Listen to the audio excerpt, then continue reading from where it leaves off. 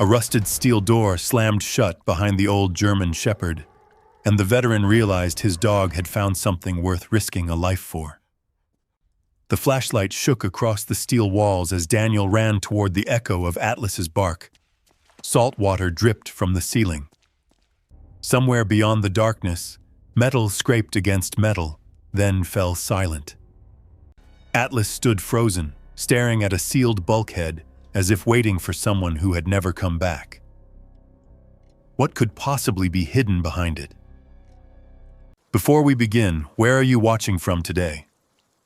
Rain drifted across the northern Washington coastline in long silver lines, soft enough to blur the edges of the harbor, but steady enough to soak through worn denim and old canvas.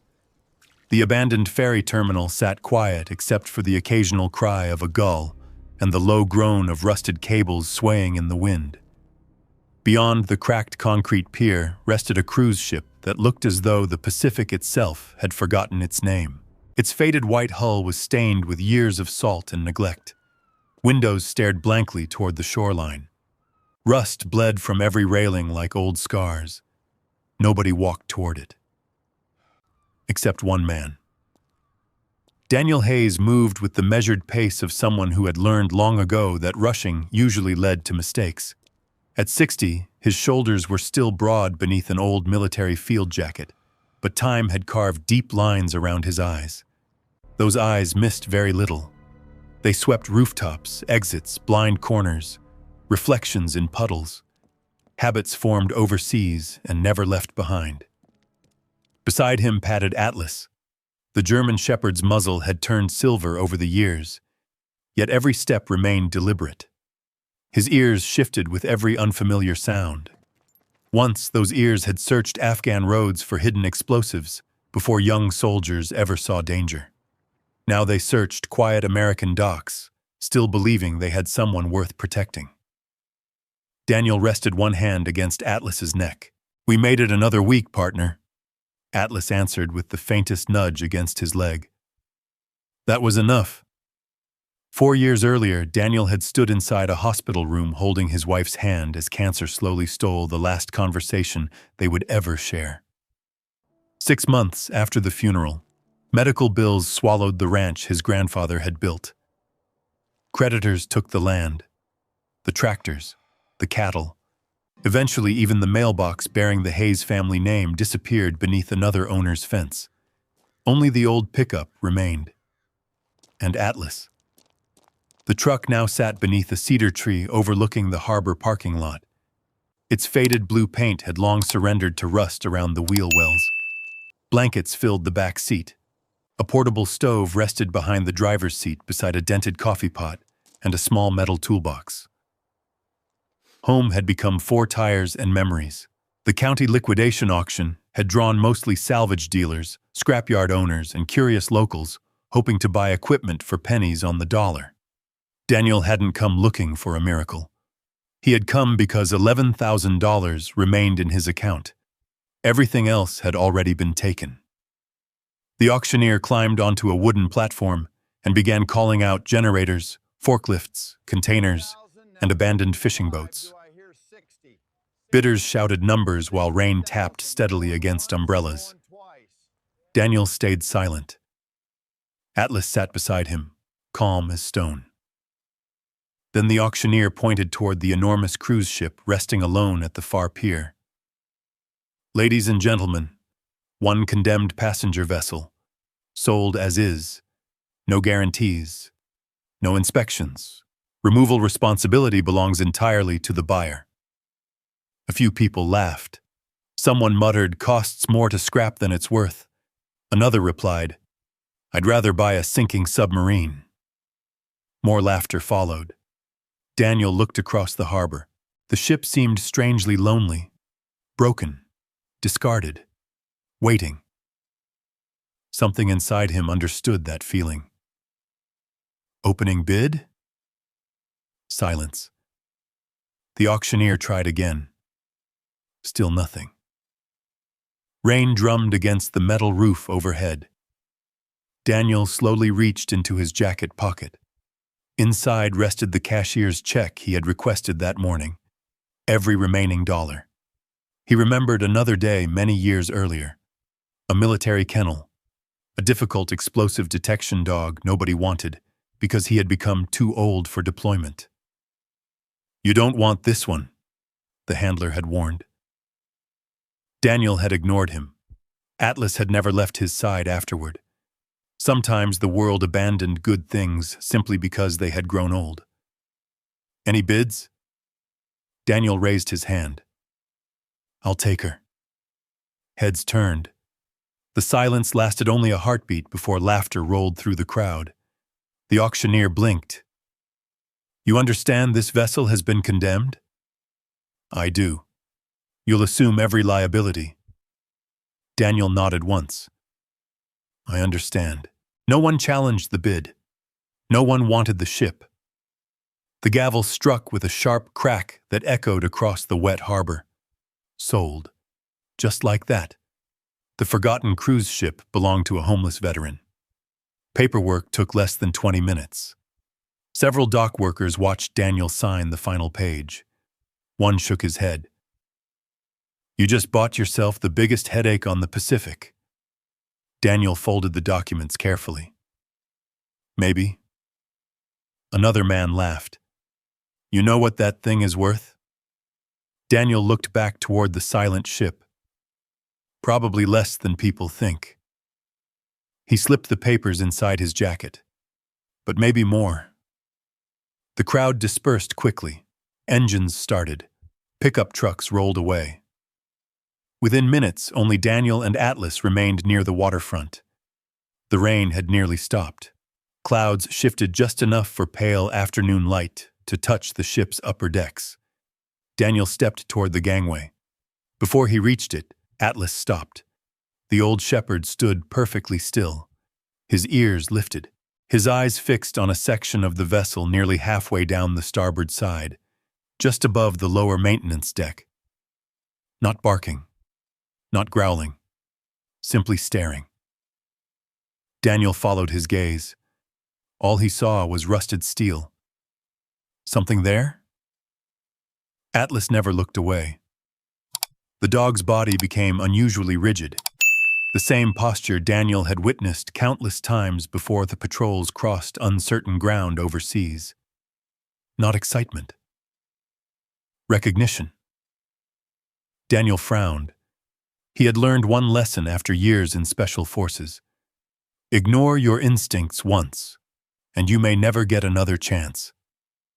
He looked back at the silent ship, then at Atlas.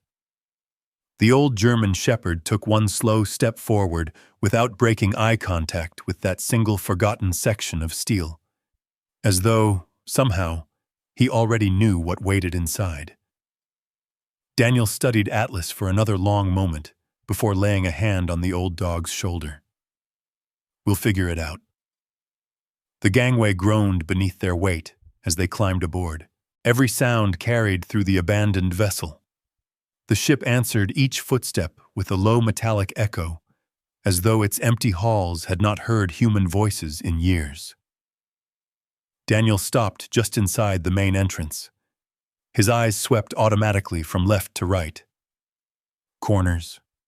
Doorways, stairwells, reflections. Years after leaving the army, the routine still happened before the conscious thought. "Lobby clear." The words escaped under his breath. He almost smiled at himself. Old habits never really retired. Dust floated through shafts of gray afternoon light, pouring from cracked skylights overhead. A grand staircase curved toward the upper decks, its brass rails green with corrosion. Torn carpets curled along the floor. Broken chandeliers hung like frozen waterfalls of glass. Nature had begun reclaiming the ship one quiet day at a time. Atlas moved ahead without a sound. His paws barely disturbed the dust. Daniel let him lead. He always had. For the next several hours they explored carefully, never rushing.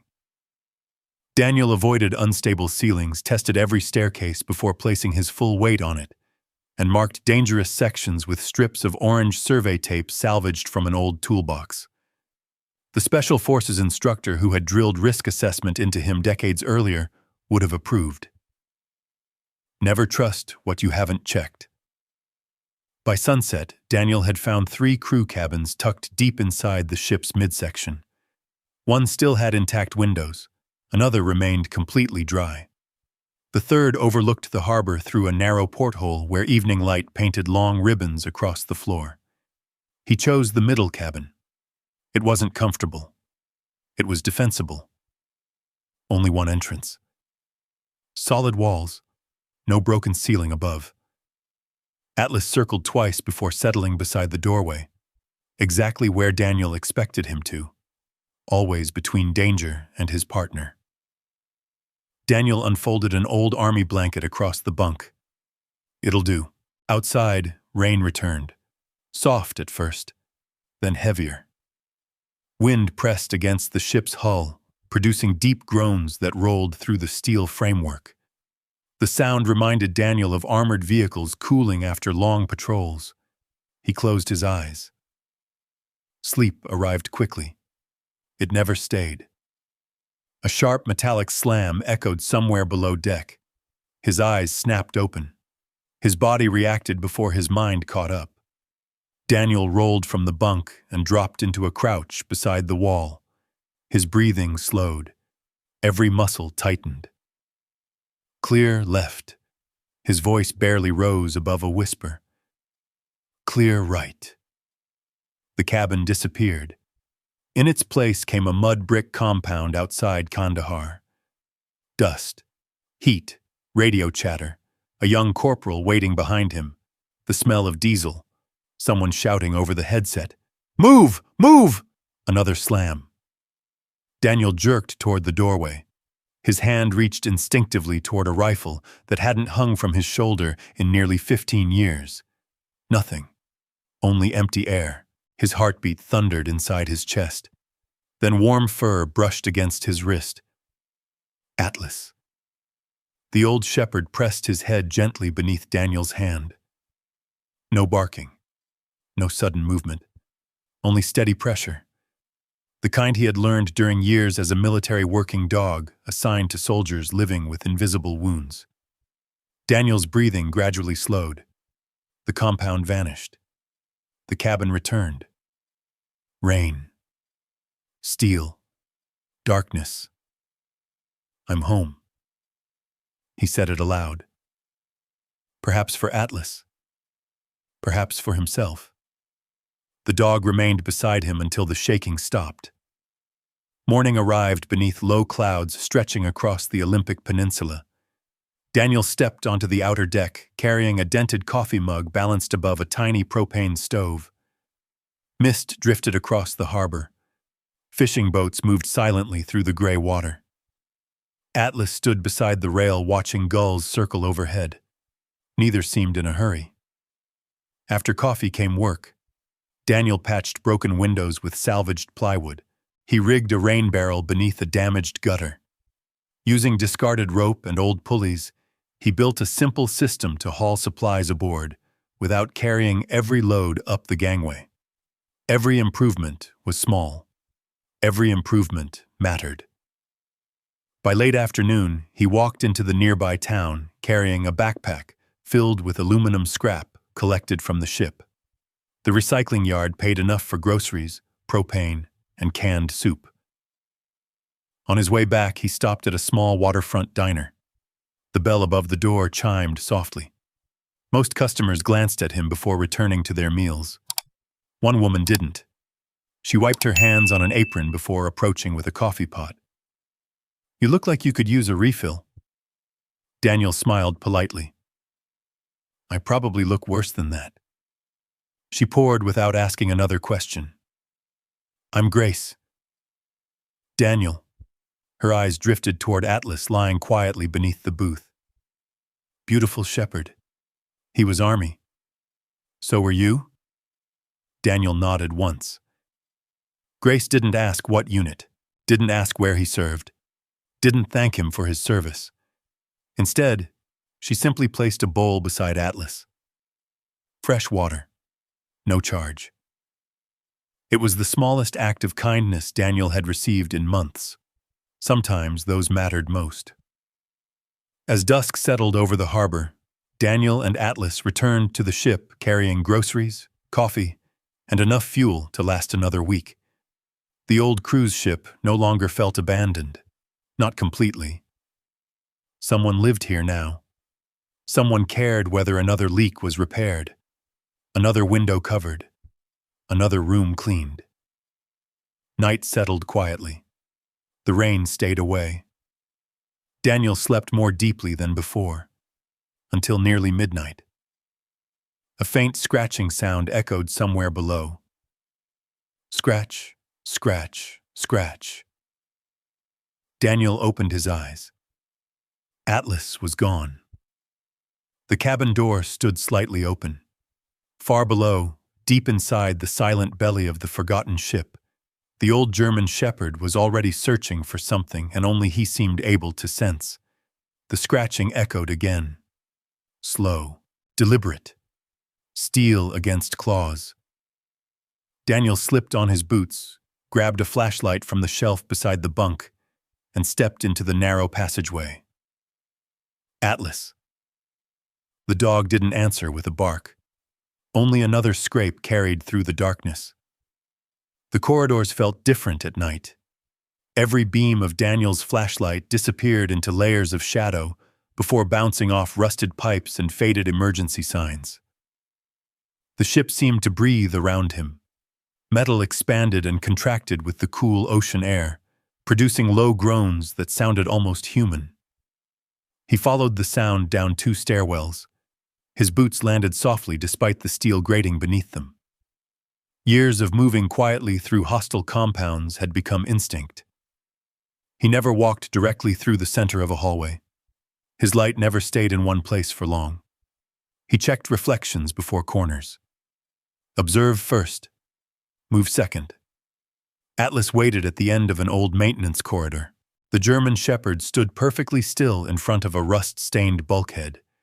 The scratching had stopped. His amber eyes never left the wall. Daniel swept the flashlight across it. Nothing. Just peeling paint. Corrosion. Decades of neglect. What have you got? Atlas stepped forward and pressed his nose against the steel before pawing the same spot again. Once. Twice. Then he looked back at Daniel. It wasn't impatience. It was expectation. Daniel crouched beside him and ran his fingers across the cold surface. Solid. No vibration. No obvious seam. He knocked gently with the handle of the flashlight. The sound came back dull and heavy. Probably rats. Atlas immediately gave a short, quiet huff through his nose. Daniel smiled. You've disagreed with me before. The old dog sat down but never took his eyes off the wall. Daniel searched another 10 minutes before giving up. Whatever Atlas smelled wasn't obvious enough to find in the middle of the night. Tomorrow. The word seemed to disappoint the dog. Still, Atlas followed him back without protest. Morning arrived beneath clear skies for the first time since buying the ship. Sunlight reflected across the harbor while fishing boats drifted beyond the breakwater. Daniel drove into town after breakfast and stopped at the county records office. The elderly clerk barely looked up from her desk. I'm trying to find the original construction plans for the Northern Crest. She adjusted her glasses. The cruise ship? Daniel nodded. If they're public. She disappeared into a storage room and returned several minutes later, carrying a rolled tube tied with faded blue ribbon. They're incomplete, she warned. Most of the shipping company records disappeared decades ago. Daniel thanked her and carried the tube back to the ship. Atlas met him at the gangway. Instead of greeting him, the dog immediately trotted toward the lower decks. Daniel laughed softly. I guess we're working down there again. They spread the blueprints across an old dining table inside the ship's abandoned cafeteria. The paper smelled faintly of mildew. Many corners had yellowed with age. Daniel studied them for nearly an hour. Deck layouts, engine rooms, crew quarters, maintenance access.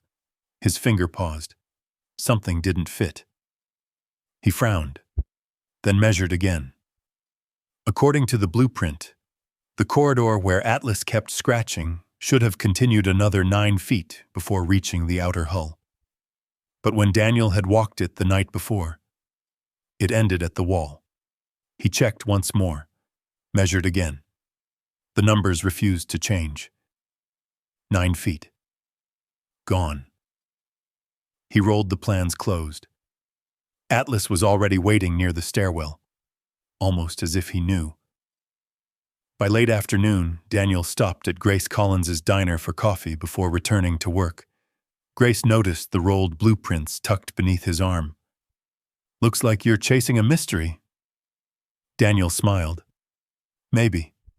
She refilled his mug. "You should meet Frank Doyle." "Who's Frank?" "Retired Coast Guard mechanic." She nodded toward the window where an older man in suspenders sat repairing a small tackle box. He worked around this harbor longer than anyone. Frank looked weathered enough to belong to the docks themselves. When Daniel introduced himself, the old mechanic studied him for a moment before speaking. "You bought that old cruise ship." "I did." Frank chuckled quietly. "Most folks think you've lost your mind." "They might be right." The older man leaned back. "You know, 40-some years ago, that ship disappeared from the harbor for nearly 3 weeks. Daniel looked up. "I thought it was laid up for repairs." "So did everybody."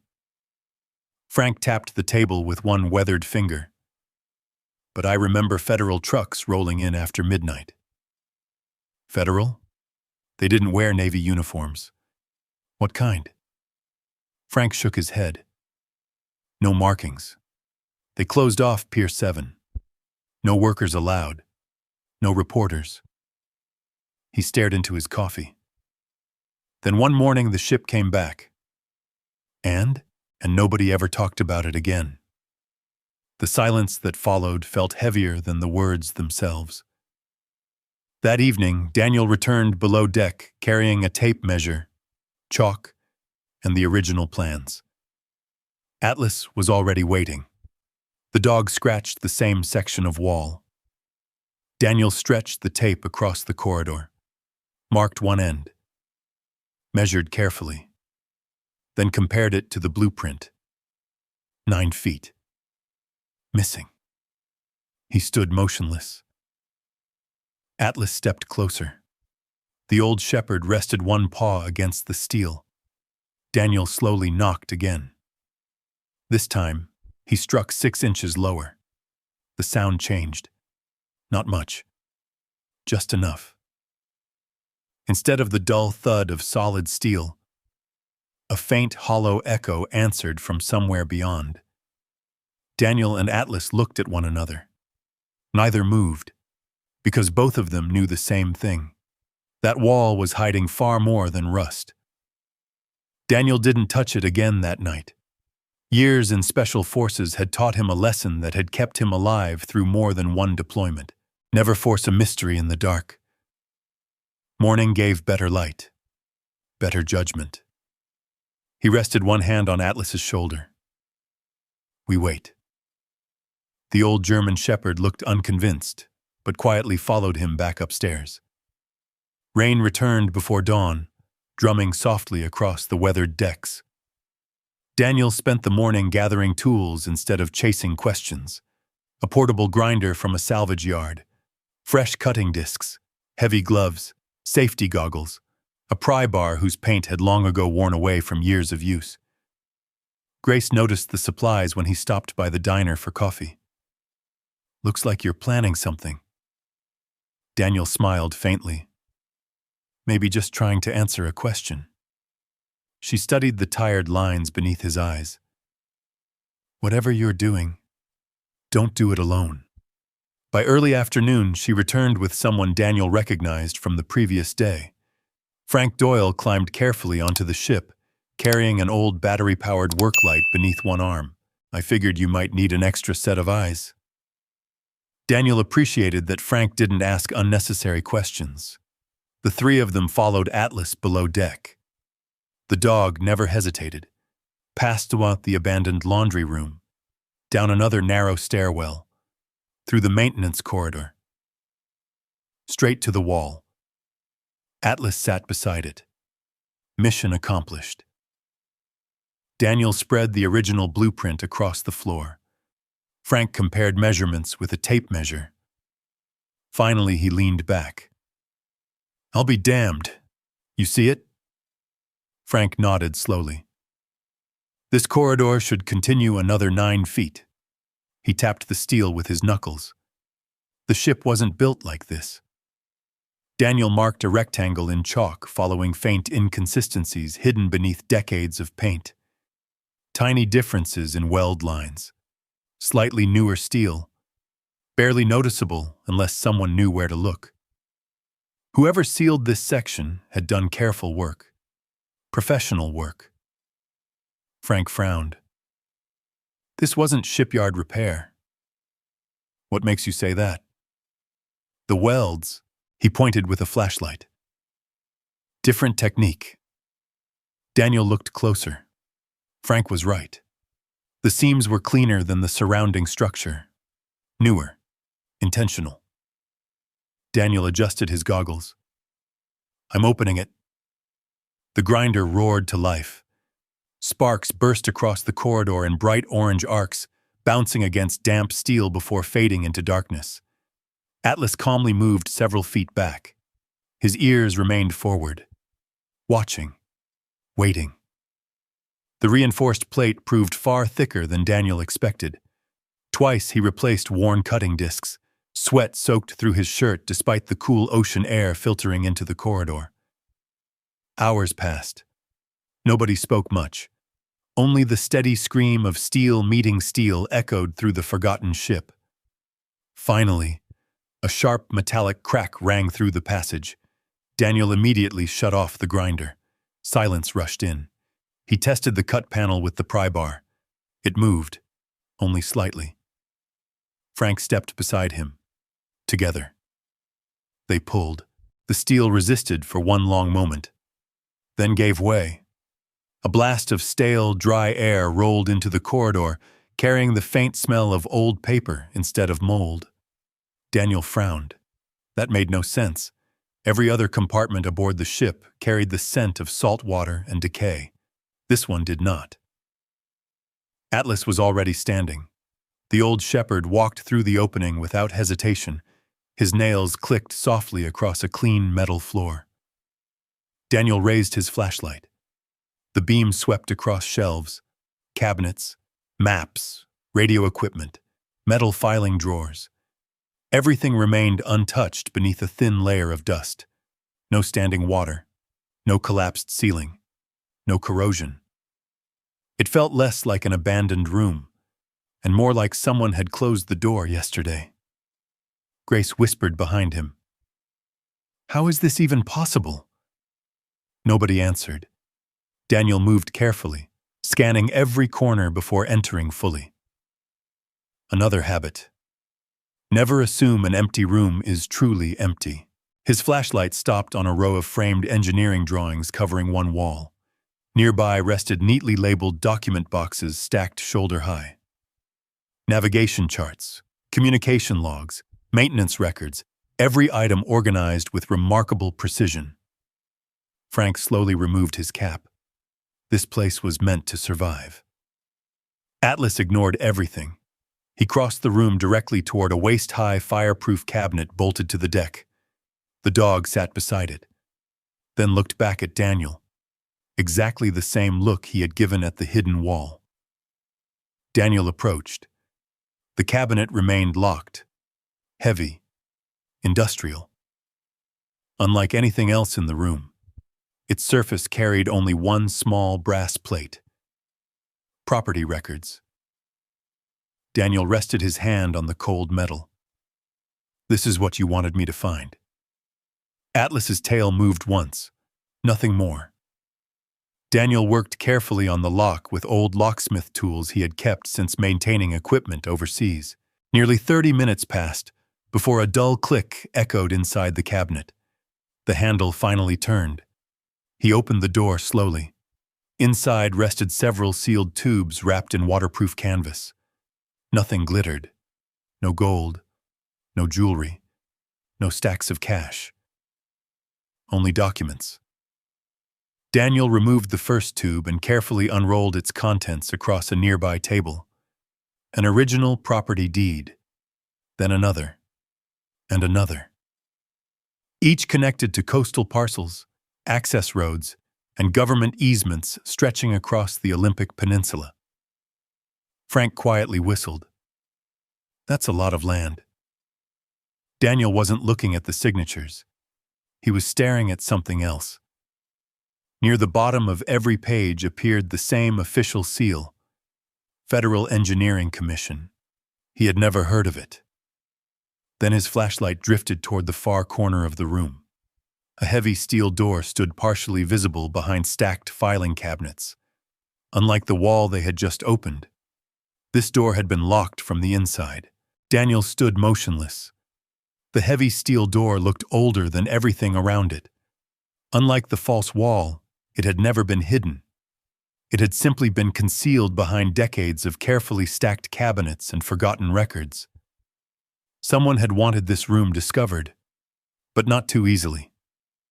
Frank ran his weathered hand across the locking mechanism. No damage. Daniel nodded. No one's forced this door. Grace looked from one man to the other. So whoever closed it had the key, Daniel finished quietly. Atlas walked forward without hesitation. He sniffed along the bottom edge of the door, then paused. His ears, shifted once before he stepped back, calm instead of alarmed. No scent, Daniel murmured, or at least none he considers dangerous. He examined the locking wheel. Old, mechanical, no electronics, no corrosion inside the moving parts. Someone had protected this compartment extremely well. After several careful minutes, the mechanism finally gave way with a dull, metallic click. Daniel didn't open it immediately. Instead, he listened. Nothing. Only distant waves striking the hull. He slowly pulled the door outward. A narrow office appeared beyond it. Unlike the archive, this room felt personal. A wooden desk stood against one wall beneath a small brass reading lamp. Bookshelves filled with binders lined the back. A faded American flag rested carefully folded inside a glass case. Dust covered everything, yet nothing appeared disturbed. Daniel's flashlight stopped on a framed photograph. A cruise ship leaving harbor decades earlier.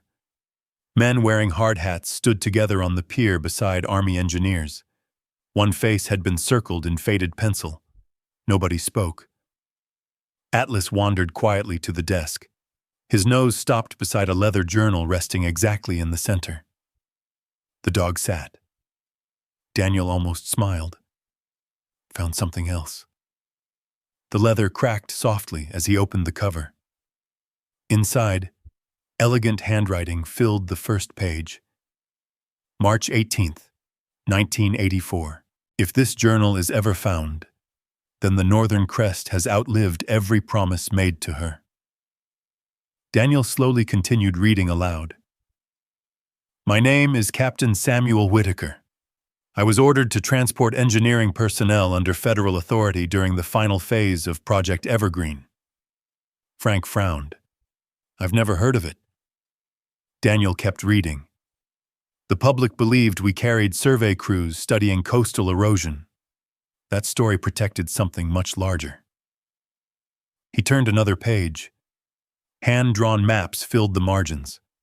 Mountain ridges, old logging roads, hidden access routes, small red circles connected by handwritten coordinates. Grace leaned closer. Those aren't ship routes. No, Daniel replied. They're inland. Another page revealed photographs clipped carefully beside handwritten notes. Concrete tunnels disappearing beneath dense evergreen forests. Massive steel blast doors built into rocky hillsides. freshwater reservoirs hidden below ground, communication stations disguised as abandoned fire lookouts. Daniel looked toward the engineering maps stacked in the archive. Suddenly, they made sense. The cruise ship hadn't been carrying tourists. It had carried engineers. The journal continued. Should these records vanish, the deed secured in the archive remains the only surviving legal authority connecting the protected infrastructure to federal conservation land. Daniel's pulse slowed instead of racing. Years in special forces had taught him that excitement clouded judgment. He forced himself to breathe. Observe first, understand later. Grace looked puzzled. So, that deed isn't about money? Frank answered before Daniel could. It's about ownership. Daniel nodded slowly. If these journals are accurate, he unfolded one of the recovered property deeds across the desk. Whoever controls this document controls access to everything those engineers built. Atlas suddenly lifted his head. The old shepherd turned toward the porthole. Outside, a vehicle rolled slowly along the empty harbor road. Black, modern. It paused near the pier, only for a moment, then continued without stopping. Daniel noticed immediately. So did you. Atlas remained watching until the SUV disappeared beyond the warehouses. Daniel returned to the journal. The final written entry appeared different from the others. The handwriting shook slightly. If history reaches this room before greed does, trust the person who discovers these records. The value was never measured in dollars. It was measured in what these mountains would protect long after we were gone. No signature followed, only initials. S.W. Daniel carefully closed the journal. Nobody spoke for nearly a full minute. The silence inside the forgotten office carried more weight than any conversation. Finally, Grace broke it. What are you going to do? Daniel looked once more at the journal, then at the deed, then toward the mountains barely visible through the rain beyond the harbor. I need someone who understands maritime law. Frank nodded. I know exactly who. The following morning, Daniel drove into town and placed a single phone call. Hannah Mercer? This is she. My name is Daniel Hayes. He glanced toward Atlas waiting patiently beside the truck. I think I've found something that was never supposed to disappear. Across the parking lot, the same black SUV sat quietly beneath a stand of cedar trees. Its engine was off. But someone inside was watching. Atlas stared directly at it. And this time, he let out the lowest growl Daniel had heard since Afghanistan. The sound barely rose above the rumble of passing traffic. It didn't need to. Atlas never wasted energy on false alarms. Daniel looked across the parking lot without turning his head too quickly. Years of surveillance detection had taught him that curiosity often attracted more attention than confidence. The black SUV sat beneath dripping cedar branches. Its windows were dark. No license plate on the front. The engine wasn't running, yet someone was inside. Atlas remained perfectly still. Daniel lowered his voice. Easy. The German shepherd didn't stop watching. Only when the SUV slowly pulled away and disappeared toward Highway 101 did Atlas relax enough to blink. Daniel climbed into his pickup and drove straight back to the harbor. The sea was rougher than usual. Whitecaps rolled across the gray water, while gulls circled low over the docks. Grace was waiting near the gangway with 2 paper bags. I figured you skipped lunch again. Daniel accepted one with a grateful smile. You figured right. She noticed the crease between his eyebrows. What happened?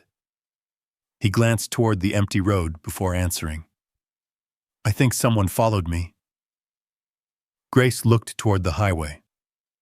You sure? I spent 23 years learning the difference between coincidence and observation. She didn't ask another question. She simply nodded. I'll keep my eyes open. By mid-afternoon, Hannah Mercer arrived. Her silver SUV looked painfully ordinary beside the rusting cruise ship. She stepped onto the gangway carrying a leather briefcase and a weatherproof document tube. Mid-40s, sharp eyes, walking shoes instead of expensive heels. Daniel appreciated practical people. You must be Mr. Hayes. Daniel. She offered a firm handshake. I've reviewed the photographs you emailed. And? I've never seen federal engineering seals attached to maritime property records from that period. Atlas approached quietly. Instead of greeting Hannah, he circled once around her before stopping beside Daniel. The attorney smiled. I assume that's my inspection. Daniel scratched behind Atlas's ears. If he likes you, we're off to a good start. He doesn't dislike me. No. Daniel smiled faintly. That's almost the same thing. They spent hours inside the hidden archive. Hannah carefully unfolded each deed beneath portable work lights. Occasionally, she stopped to photograph a page. Other times, she simply stared. Finally, she removed her glasses. These aren't copies. I figured. They're originals. Daniel remained silent. The signatures match federal filing standards from the early 1980s. She opened another tube, then another. Each contained surveys, easement agreements, and engineering certifications tied to parcels scattered throughout the Olympic Peninsula. Hannah slowly exhaled. Daniel. What? If these documents hold up under legal verification. She tapped the largest deed. This paperwork controls access rights across thousands of acres. Grace frowned. How much is that worth? Hannah answered carefully. Potentially $50 million. The number hung quietly inside the room. Daniel looked down at the weathered paper, then back at the attorney. It doesn't feel like $50 million. No. She nodded. It feels like responsibility. Atlas suddenly stood, his ears locked toward the corridor outside. Daniel noticed immediately. So did I. The room fell silent. Footsteps? No. Only the ship settling against its mooring lines. Still, Atlas didn't move. Daniel quietly switched off one of the work lights. Darkness swallowed half the archive. Old instincts surfaced. Reduce your silhouette. Listen before moving. He stepped into the hallway. Nothing. The corridor remained empty, yet something bothered him. He crouched near the entrance. Fine gray dust covered the deck. Most of it remained untouched, except for one section, a single boot print. Fresh enough that its sharp edges had not yet softened beneath the damp air. Not Daniel's, not Grace's, not Hannah's. Lug soles, heavy, size 11, maybe 12. He studied the pattern. Outdoor tactical footwear, recently manufactured. Daniel followed the print 20 feet before it disappeared where someone had carefully stepped onto exposed steel beams instead of dusty flooring. Professional, not perfect, but trained enough to think about leaving less evidence. He returned without speaking. Hannah looked up. What is it? Daniel pointed toward the entrance. We weren't the first people inside today. Grace's face tightened. You mean after we opened it? Daniel nodded. They didn't take anything. How do you know? Because they weren't finished looking. Atlas let out another low rumble. As evening settled over the harbor, Daniel installed a heavy padlock on the newly opened archive entrance. Then another. Neither made him feel much safer. The hidden room was no longer hidden. Someone else knew. The following morning brought unexpected visitors. A drone appeared over the ship, small, white, commercial. It circled twice above the upper deck before drifting slowly toward the stern. Atlas barked once. The drone immediately climbed higher. Daniel watched it through narrowed eyes. Not a hobbyist.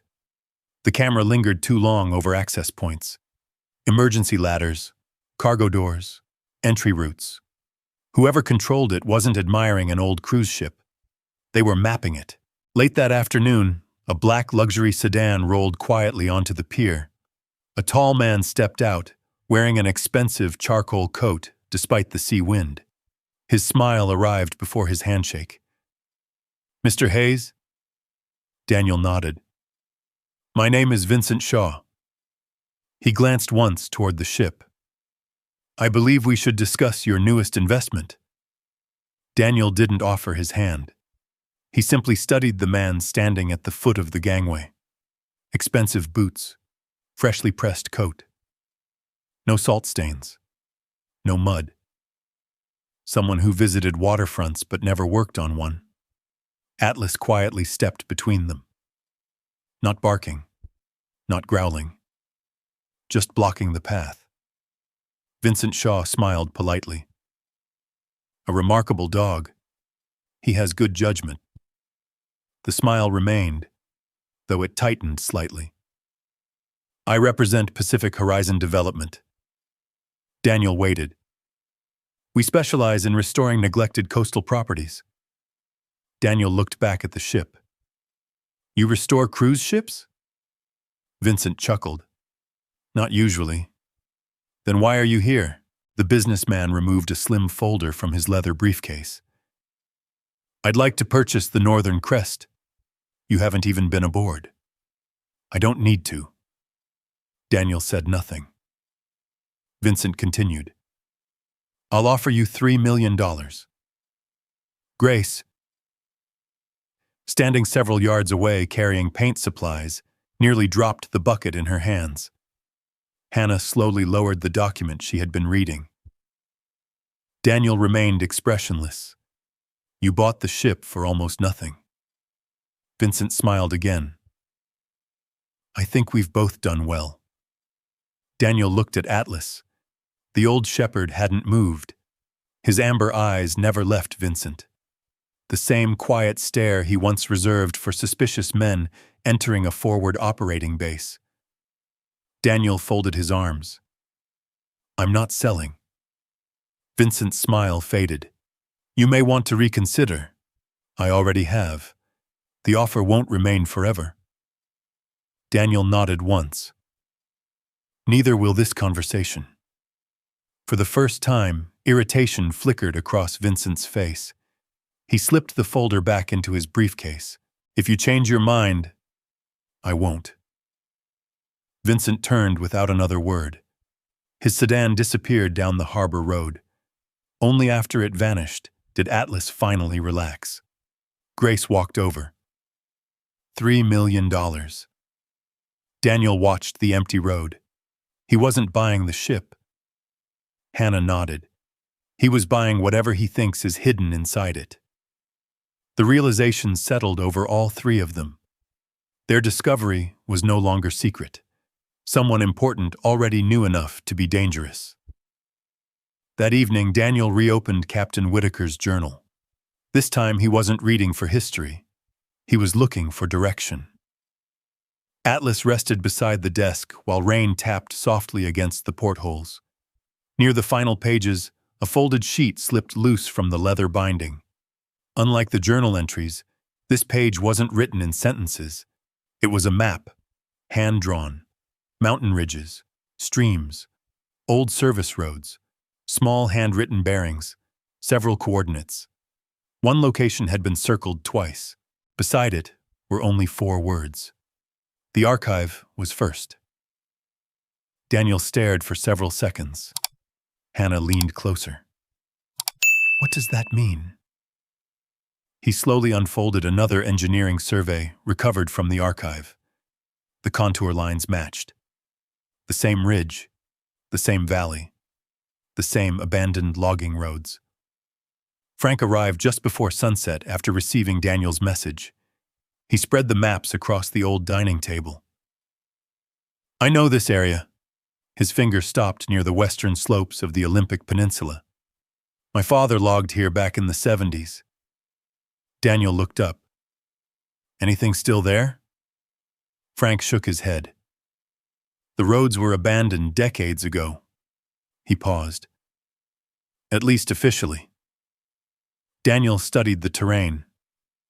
Years of reading military maps returned without effort. Ridgelines, observation points, natural choke points, hidden approaches.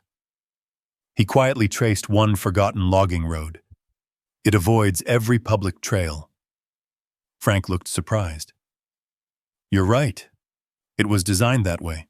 Hannah unfolded another sheet. This isn't random. Daniel nodded. No. He tapped the journal. The ship preserved the records. His finger moved to the mountain. This preserved whatever those records protected. Grace frowned. So the real secret isn't here. Daniel slowly looked toward the dark silhouette of the Olympic Mountains beyond the harbor. No. The ship was only the key. Silence settled inside the cabin. Outside, fog drifted across the water. The mountains almost disappeared beneath low clouds. Daniel made his decision. We leave at first light. Grace looked surprised. You're going? We have to. Hannah carefully rolled the maps back into their tube. If Vincent already knows about the ship, he'll eventually figure out the mountains. Frank nodded. And once heavy equipment gets there. Daniel finished the thought. History disappears. Before sunrise the next morning, Daniel loaded his old pickup, camping gear, medical supplies, water filters, cold weather clothing, rope, binoculars, nothing excessive. Only what experience had taught him never to travel without. Atlas jumped into the passenger seat without being asked. His shoulder brushed Daniel's arm. The familiar weight brought quiet reassurance. Daniel started the engine. Gray morning mist clung to the shoreline as they drove inland. The harbor disappeared behind towering evergreens. Soon the pavement ended. Old gravel roads climbed steadily into dense forest. Towering Douglas firs blocked most of the daylight. The deeper they drove, the quieter the world became. Daniel finally stopped beside a rusted gate nearly swallowed by moss. A faded government marker leaned sideways against a cedar tree. Most of the lettering had vanished. Only one word remained barely readable. Restricted. Atlas climbed down first. He lifted his nose into the cool mountain air.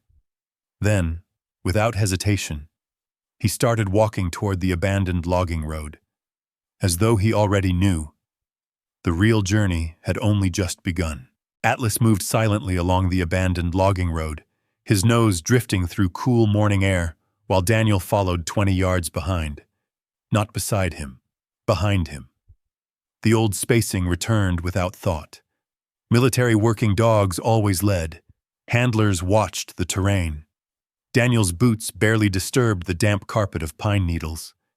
Moss swallowed most sounds beneath towering Douglas firs. Fog drifted between the trunks, turning the forest into shifting walls of gray. His breathing settled into an old rhythm. Observe, pause, move. The habits never truly disappeared. Neither had the memories. A raven burst from a cedar tree. Its sudden wings cracked through the silence. Daniel's shoulders tightened instinctively. For one impossible heartbeat, the forest dissolved. Afghanistan. Rotor blades. Dust. A radio operator shouting over static. LZ isn't secure! His hand reached toward a rifle that hadn't hung from his shoulder in years. Instead, his fingers found the leather leash looped around his wrist. Atlas stopped. The German shepherd looked back. One calm glance. Nothing more. Daniel slowly exhaled. I'm here." The words were meant for both of them. They continued climbing. By midday, the logging road vanished beneath fallen trees and decades of neglect. Daniel unfolded Captain Whitaker's map. The contour lines still matched the landscape. The handwritten bearings remained accurate. Someone had expected another person to follow this route someday. Atlas suddenly veered off the trail, only 20 feet, but with purpose. Daniel immediately noticed something unusual. The undergrowth had been disturbed. Not recently. Months, perhaps. Branches had regrown, but several stumps showed clean saw marks beneath fresh moss. Someone had reopened this path before allowing nature to reclaim it. He crouched. Fresh deer tracks crossed older boot impressions, deep lug patterns, heavy equipment, at least 2 people, maybe more, not hikers. The spacing was too disciplined. Daniel quietly whispered to himself, "Slow is smooth." Then another sentence he hadn't spoken aloud since overseas. "Observe first." Atlas continued forward. The trees suddenly opened. A rocky hillside emerged beneath thick blankets of ivy and fern. Nothing seemed unusual, until Daniel noticed geometry. Nature rarely created perfectly straight lines. The moss-covered stone wall ahead contained one, a horizontal seam, nearly invisible. He brushed away damp vines. Concrete, not natural rock. Frank had been right. Something had once been built here. Atlas began sniffing along the base of the hillside. His tail remained level, focused, working. Daniel followed the dog to a rusted steel vent protruding through the earth. Cold air flowed steadily from inside. Not much, just enough.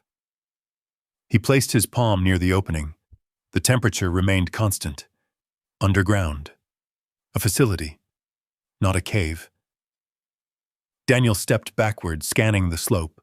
Once he saw one clue, others appeared. Camouflaged drainage pipes, collapsed utility poles, concrete foundations hidden beneath moss. Captain Whitaker hadn't been exaggerating. This wasn't merely forgotten infrastructure. It had been deliberately erased. Atlas barked once, sharp. Daniel turned immediately.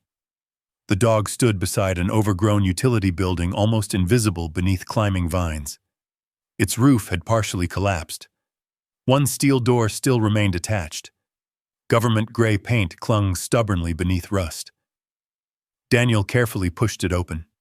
Inside sat rows of abandoned communication equipment, old switchboards, emergency generators, field telephones, metal cabinets covered in decades of dust. Everything smelled dry, preserved, just like the hidden archive aboard the ship. On one wall hung an enormous engineering map. Daniel wiped away dirt with his sleeve. His heartbeat slowed. The ship, the mountain, underground tunnels, freshwater reservoirs, emergency supply chambers, every location connected by maintenance routes stretching beneath federal conservation land. The Northern Crest hadn't protected treasure. It had protected the paperwork leading here. Atlas wandered deeper into the station. Daniel heard his nails click against concrete. Then stop. He found the dog staring at a large steel drafting table. Several weatherproof tubes remained strapped beneath it. Daniel carefully removed one. Inside rested oversized engineering blueprints. Each page carried federal approval stamps. Beneath them sat another folder. Property transfer records. One page immediately caught Hannah's attention when Daniel photographed it and sent it through his satellite messenger. Her reply arrived less than 2 minutes later. "Do not leave those documents. They prove the original land transfers were altered." Daniel read the message twice, then folded the phone away. Someone hadn't simply forgotten this place. Someone had rewritten ownership.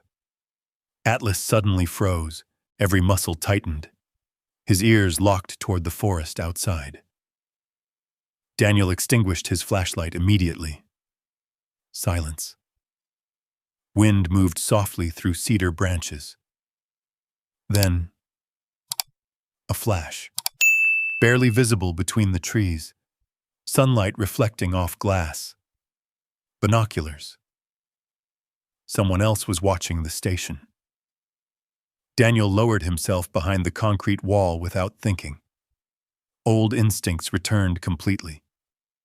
Never silhouette yourself. Never rush unknown contact. Atlas remained perfectly still beside him. Another reflection. Closer this time. Then it disappeared. Several seconds passed. No voices. No footsteps. Only distant crows. Daniel waited another full minute before rising carefully. Outside, fresh tire tracks crossed the abandoned logging road. They hadn't been there that morning. Someone had followed them into the mountains, and whoever it was already knew exactly where to look. Daniel didn't chase them. Every instinct forged through years in special forces urged restraint over impulse. You never pursued an unseen contact into unfamiliar terrain. You secured what mattered first. He crouched beside the tire tracks, studying the impressions pressed into the damp gravel. Wide all-terrain tires, recently manufactured. The tread pattern still held beads of rainwater, not local loggers, not hikers. The vehicle had turned around less than 100 yards from the communications station. Whoever had driven it knew exactly where they wanted to stop. Atlas stood motionless beside the trees. His ears tracked the silence. Daniel quietly packed the engineering plans into a weatherproof tube before slipping them into his rucksack. We're done here. Atlas immediately fell into position. The hike back felt different. Every snapping twig carried weight. Every gust through the cedars sounded almost like whispered voices. Daniel avoided the logging road whenever possible, choosing broken terrain where fresh footprints would be harder to follow. Old habits, old calculations. He never realized how naturally they still came. By the time they reached the harbor, heavy clouds had swallowed the afternoon sun. A coastal storm was rolling toward the peninsula. The marina emptied quickly as fishermen secured their boats. Grace spotted Daniel unloading supplies. You look like you've seen trouble. Daniel handed the weatherproof tube to Hannah. Lock these in the archive. She studied his face. Something happened. We weren't alone in the mountains. Her expression tightened. Before she could ask another question, Atlas lifted his head toward the harbor entrance. A low growl escaped his throat. Daniel turned. Far beyond the docks, a small fishing boat drifted without nets in the water. It wasn't moving with the tide. It was watching. The rain arrived shortly afterward. By nightfall, the northern crest rocked gently against the pier as wind swept across the harbor.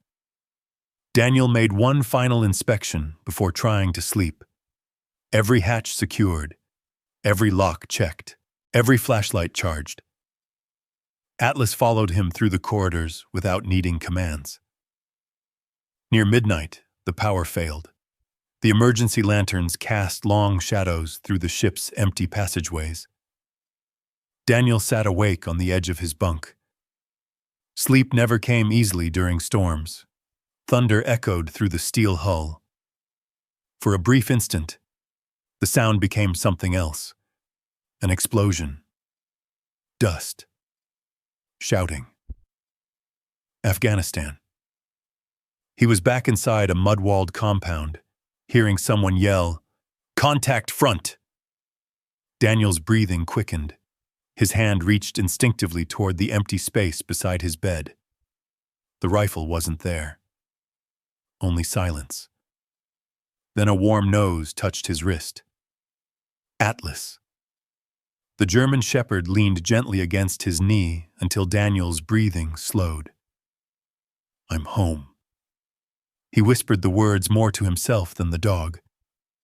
Atlas remained beside him. Another sound interrupted the storm. Metal. Not the ship settling. A latch. Daniel froze. Atlas was already standing. The dog looked toward the lower decks. One sharp bark. Then silence. Daniel grabbed his flashlight but left it switched off. Darkness was an advantage if you already knew the ground. He moved through the corridors with slow, measured steps.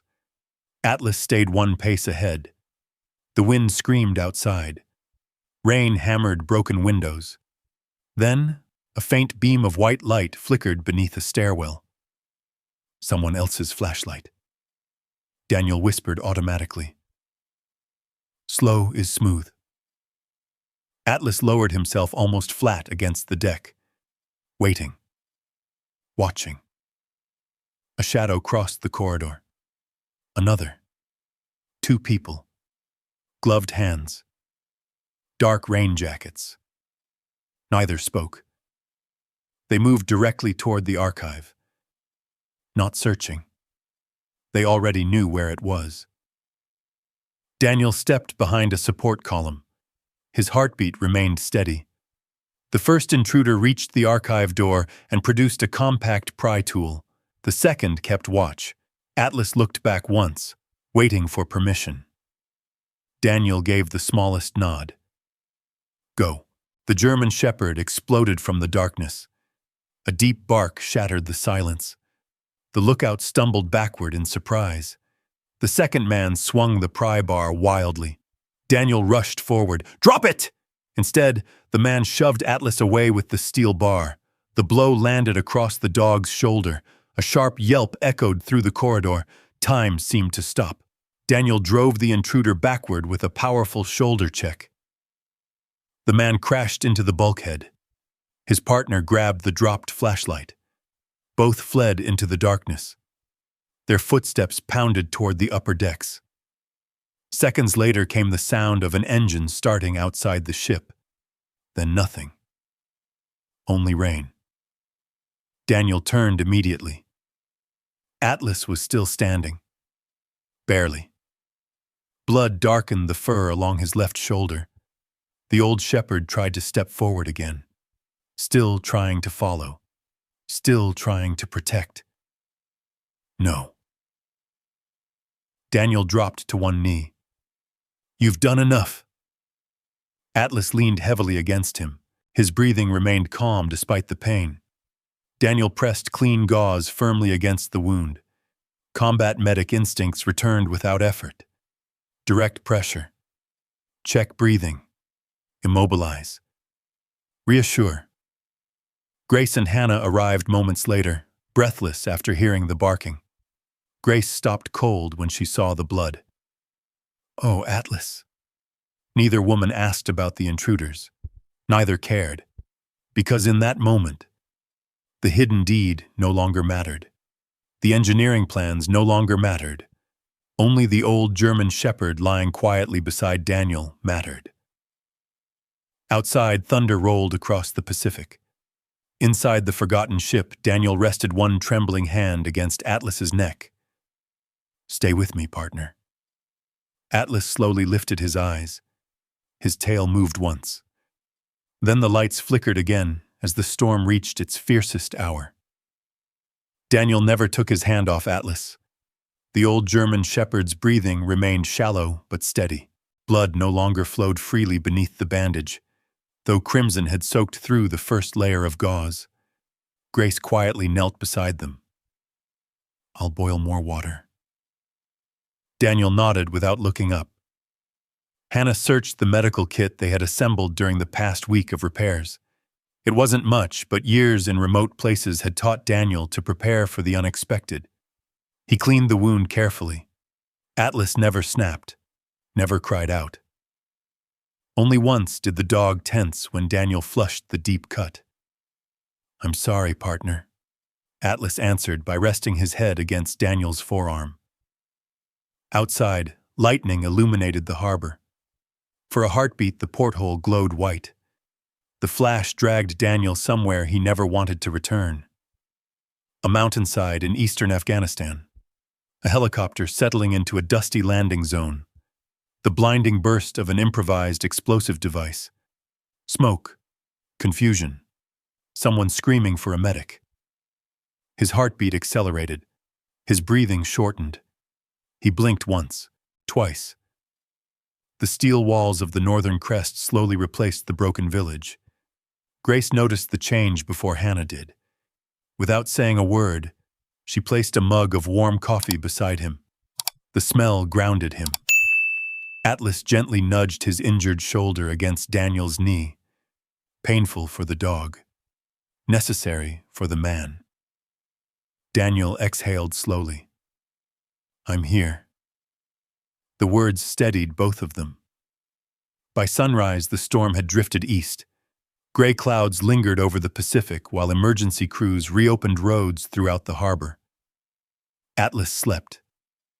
Finally. Daniel remained awake beside him. Hannah entered carrying several folders. I made calls before daylight. Daniel looked up. To who? The National Archives. She laid several printed records across the table. And to a retired federal land historian. She unfolded an aging survey map beside the recovered deed. The engineering plans are authentic. Daniel wasn't surprised. The property deed? Authentic. She paused. So are the conservation easements. Grace frowned. What exactly does that mean? Hannah carefully aligned several documents side by side. 40 years ago, the federal government designated thousands of acres across the Olympic Peninsula for protected emergency infrastructure. She pointed toward a series of signatures. Those protections disappeared. Daniel studied the paperwork. Disappeared. They were transferred. Legally? Hannah slowly shook her head. On paper. She removed another folder. This filing claims the government voluntarily released portions of the conservation land. Daniel immediately noticed the dates. They don't match. They can't. Hannah nodded.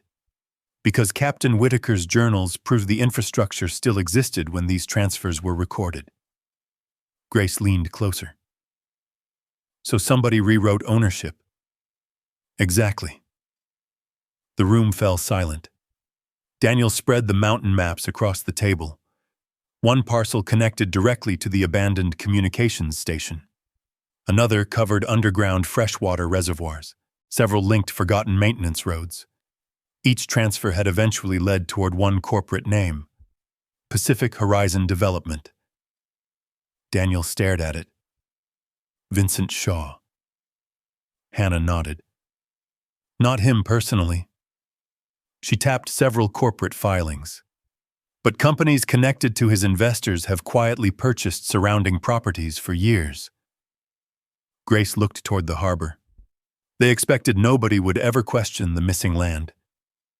Or the missing deed, Hannah replied. Daniel slowly rolled Captain Whitaker's journal closed. They weren't chasing $50 million. No. Hannah looked directly at him. They were chasing proof. Late that afternoon, 2 federal investigators arrived in unmarked vehicles. Neither wore uniforms. Both carried archival preservation cases instead of weapons. Daniel led them into the hidden room. The older investigator stopped in front of the engineering maps. His expression changed immediately. I thought these were destroyed. They weren't. He carefully examined Captain Whitaker's journals while his partner photographed every page. Hours passed in quiet concentration. No excitement, only careful verification. Finally, the older investigator removed his glasses. Mr. Hayes, Daniel waited. You've preserved evidence that several agencies have searched for over 3 decades. Grace looked surprised. You knew these records existed? We knew they once existed. The investigator smiled faintly. We stopped believing they'd survived. Daniel folded his arms. What happens now? The investigator looked around the hidden archive. We preserve every document. He paused. And we reopen every land transfer connected to them. Hannah quietly smiled for the first time that day. Justice wouldn't arrive with sirens or dramatic arrests. It would arrive one verified signature at a time. As evening settled over the harbor, Daniel stepped onto the upper deck. Atlas walked slowly beside him. His shoulder remained bandaged, but he refused to stay below. Together they watched the Pacific grow darker beneath the fading sky. Daniel reached down and rested one hand gently on the dog's neck. They offered millions. Atlas looked toward the mountains instead. Daniel smiled. I know, some things couldn't be bought. Captain Whitaker had understood that decades earlier. Now Daniel finally understood it too. Far beyond the harbor, unnoticed beneath gathering twilight, a convoy of black SUVs quietly turned away from the Olympic Peninsula. For the first time in years, the people who had buried the truth realized they were no longer controlling it. The changes began quietly.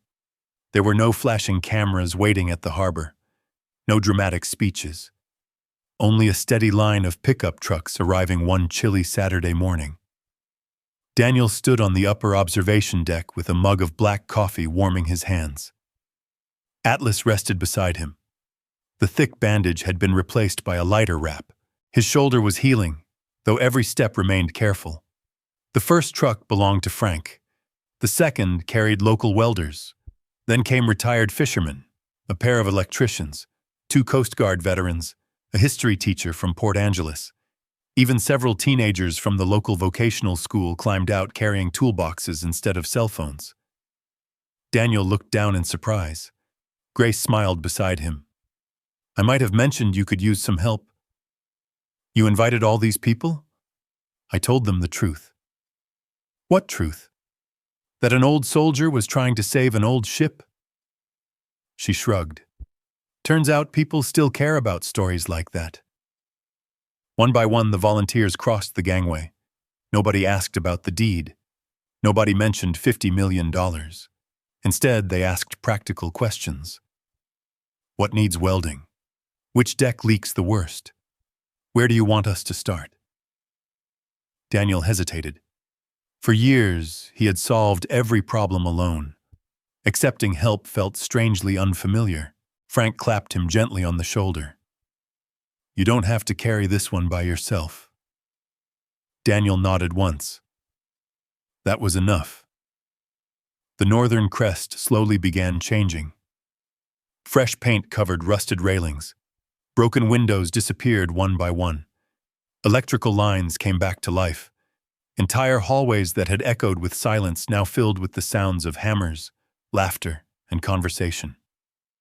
Atlas wandered among the volunteers like an old supervisor inspecting every job.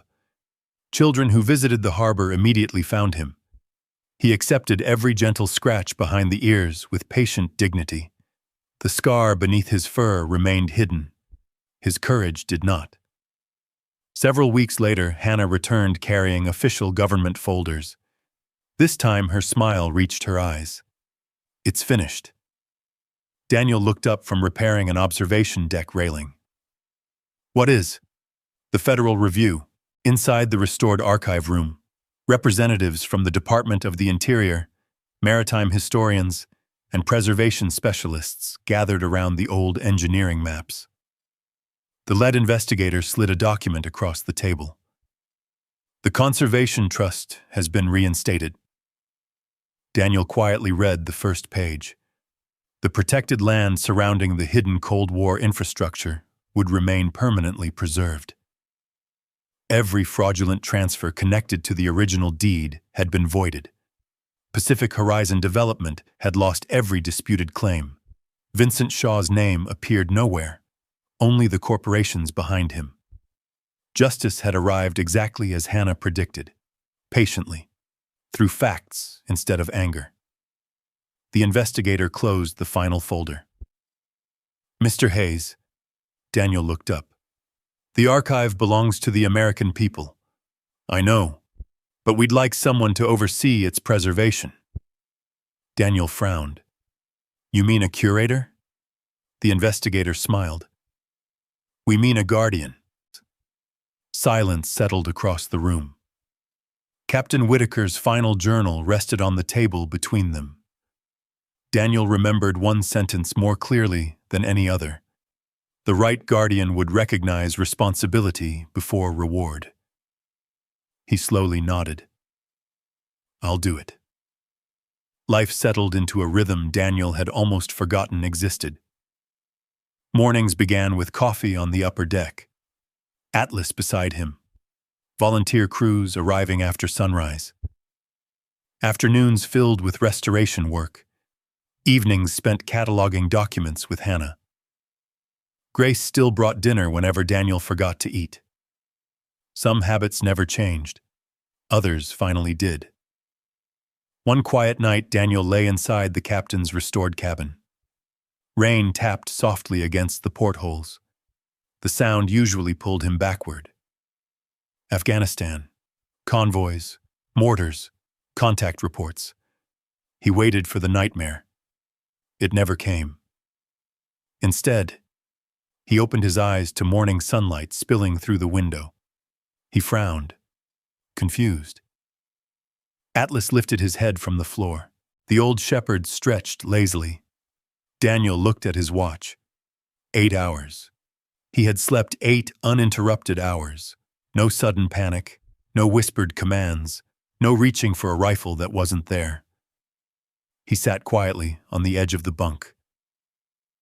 Atlas walked over and rested his head against Daniel's knee. A smile appeared without effort. I guess we're both healing. Later that afternoon, visitors toured the partially restored ship for the first time. School children listened as retired engineers explained the hidden communication systems. Veterans shared stories beneath the old American flag, preserved inside Captain Whitaker's office. Atlas slowly greeted each visitor. Children loved him immediately. Older veterans recognized something deeper in his calm eyes. One gray-haired Marine stopped beside Daniel. He served? Daniel nodded. Afghanistan. The Marine crouched and gently scratched Atlas beneath the chin. So did I. No other words followed. None were needed.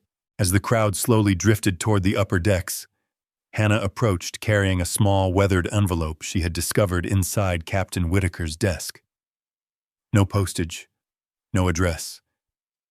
Only 3 handwritten words. For the Guardian. Daniel looked at the unopened envelope. The paper had waited more than 40 years. Whatever remained inside. Captain Whitaker had intended it to be found last. Daniel held the weathered envelope carefully between both hands.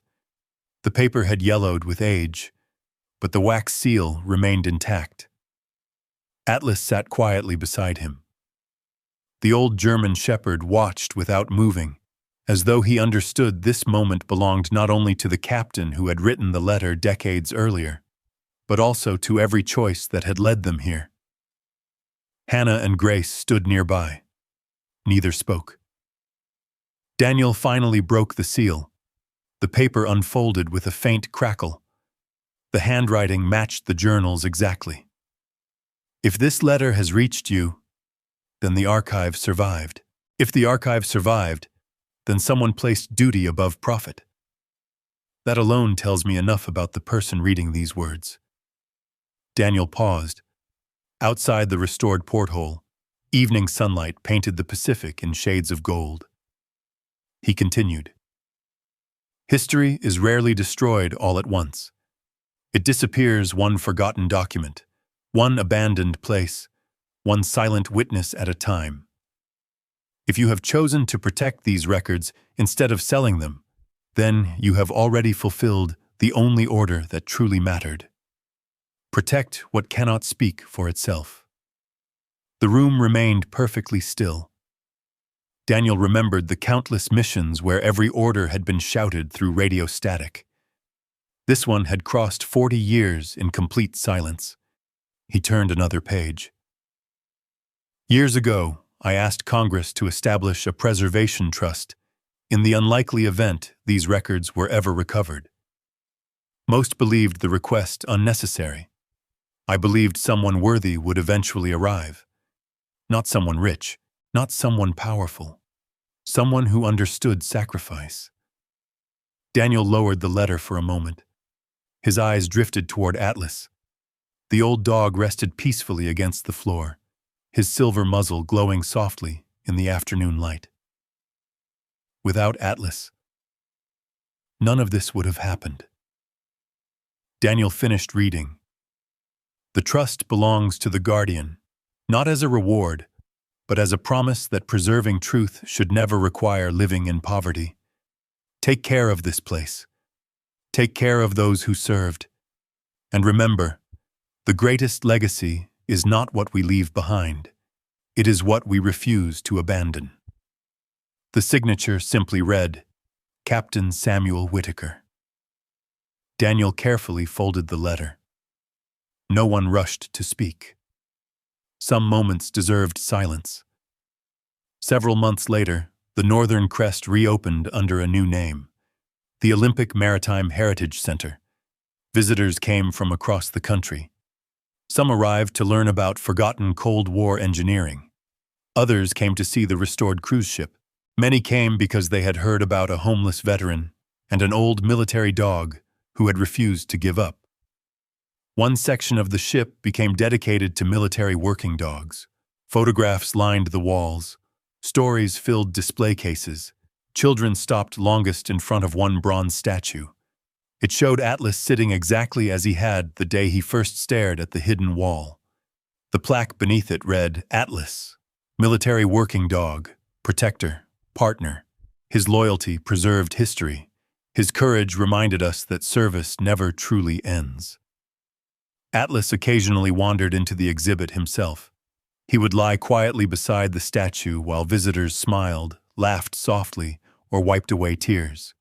He never seemed to notice that the memorial honored him. He only waited for Daniel.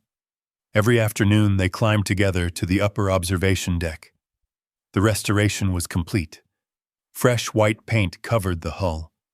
The brass railings shined in the evening sun. Children laughed somewhere below. Veterans gathered in support groups held aboard the ship every week. Young Coast Guard recruits trained in emergency search and rescue exercises using the old vessel. The place once abandoned by everyone had become a place where people found one another again. One evening, Daniel leaned against the railing overlooking the Pacific. The ocean stretched endlessly toward the horizon. Atlas settled beside him. The breeze carried the scent of salt and cedar from the distant Olympic mountains. For a long time, neither moved, neither needed to. Daniel realized something quietly. He had spent years believing he lost his home when the ranch disappeared. He had been wrong. Home had never been a piece of land. It had always been the place where someone waited for him. He rested his hand gently on Atlas's neck. The old German shepherd leaned closer. The same way he had done after nightmares, after storms, after every difficult day. Thank you, partner. Atlas closed his eyes. The gulls drifted overhead. Waves rolled gently against the restored hull. For the first time since returning from war, Daniel felt no need to look over his shoulder. Only forward, toward a future built not by money, but by loyalty.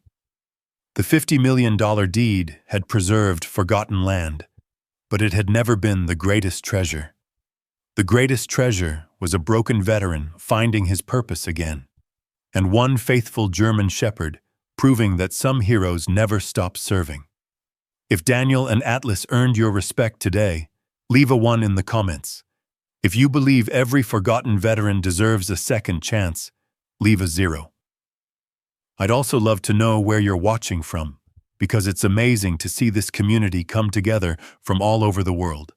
And if stories of loyalty, courage, justice, and unforgettable bonds between veterans and their dogs mean something to you, please subscribe and join us. There are many more powerful journeys waiting us ahead, and I can't wait to share the next one with you. Until then, thank you for watching, and take good care of the people and the loyal companions who never stop standing beside you.